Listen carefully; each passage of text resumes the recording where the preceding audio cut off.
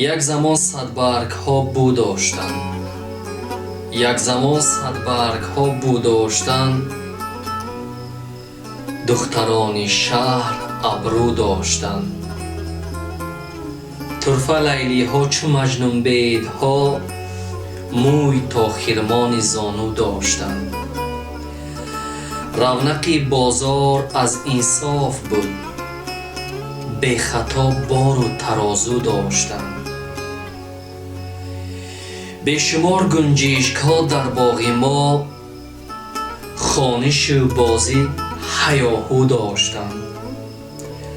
شعر تاجیکی غزل جوشک نبود.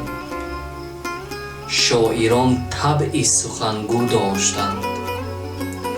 نه ایما، نه فیسبوک، نه آکوتاک، مردها بانو، زنان شو داشتند.